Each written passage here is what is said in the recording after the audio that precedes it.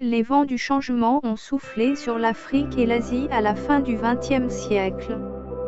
Les pays du monde entier voulaient soi-disant briser leurs chaînes et devenir indépendants, du moins c'est ce qu'il fallait se produire, mais beaucoup pensent que les anciennes possessions coloniales sont encore dans le processus de décolonisation.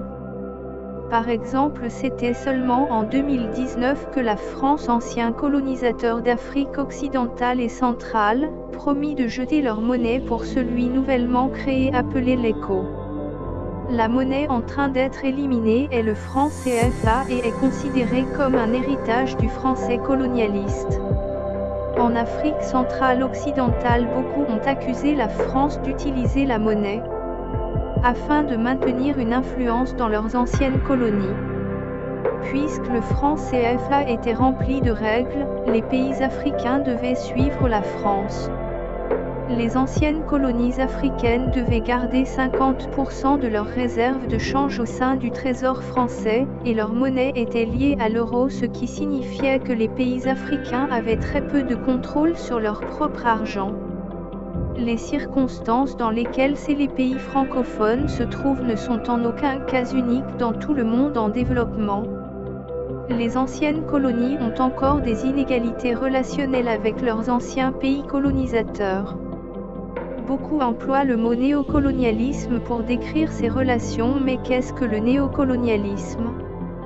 Le néocolonialisme peut être décrit comme pays développés contrôlant des pays moins développés par le biais d'actions indirectes. Les pays puissants chercheront à exploiter les pays les plus faibles comme ils l'ont fait avec colonies du passé, mais au lieu d'utiliser leur puissance militaire, ils utiliseront le système économique mondial et leur propre suprématie économique afin de le faire. Dans un État néocolonial, un pays aura des politiques d'indépendance, mais finalement leur indépendance dépend des pays riches pour questions économiques et politiques. C'est ainsi que les maîtres néocoloniaux vont indirectement contrôler ces États. C'est différent du traditionnel colonialisme parce que les maîtres coloniaux ont utilisé leur puissance militaire pour directement contrôler politiquement et économiquement leurs colonies. Le néocolonialisme est un concept qui a été influencé par des penseurs comme Karl Marx, qui a écrit sur l'influence grandissante du capitalisme, mais c'était le philosophe français Jean-Paul Sartre qui a été crédité pour avoir utilisé pour la première fois le terme dans son livre de 1964, Colonialisme et néocolonialisme.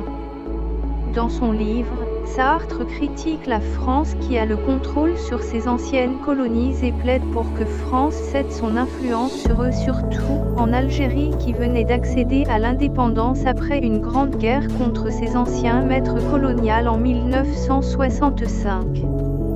Le néocolonialisme deviendra plus couramment utilisé après que le premier président du Ghana, Kwame Nkrumah, ait écrit son livre appelé Néocolonisme, la dernière étape de l'impérialisme. Le livre introduirait des termes dans la philosophie politique africaine et commence dans le monde un débat sur la décolonisation.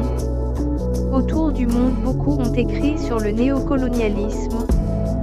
Depuis que l'Argentin économiste Raúl Frabet a proposé la théorie de la dépendance alors qu'elle n'est pas exactement la même chose que le néocolonialisme, on utilise la théorie de la dépendance pour décrire comment fonctionne le néocolonialisme.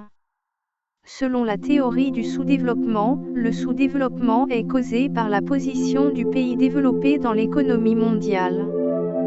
De nombreux pays en développement ont tendance à se trouver dans la périphérie ou au bord de l'économie mondiale alors que les pays développés comme les États-Unis sont en son centre. Les pays sous-développés ne peuvent qu'offrir une main-d'œuvre et des matières premières bon marché sur le marché mondial et ceux-ci sont vendus aux pays en développement qui sont industrialisés, de sorte qu'il ait la capacité de transformer ces ressources brutes en produits finis. Les pays sous-développés comme le Nigeria ou Bangladesh qui n'ont pas la capacité de fabriquer leurs propres produits manufacturés se trouveront en train d'acheter les produits finis fabriqués par les pays développés. Ces produits ont tendance à être vendus à des prix élevés comparés à celui des matières premières, ce qui signifie que les pays en voie de développement dépensent leur argent pour acheter bien plutôt que d'investir dans leur industrie afin qu'ils puissent produire des produits finis. Le résultat de ceci est un cycle dans l'économie mondiale qui crée de profondes divisions entre les économies centrales des riches et des pauvres. Le néocolonialisme se manifeste au sein de différents pays ainsi que d'organisations multinationales. Ce sont des sociétés qui opèrent dans de nombreux différents pays, qui ont tendance à être actives dans pays les pauvres parce qu'ils ont ressources inexploitées qui peuvent être utilisées pour faire profit.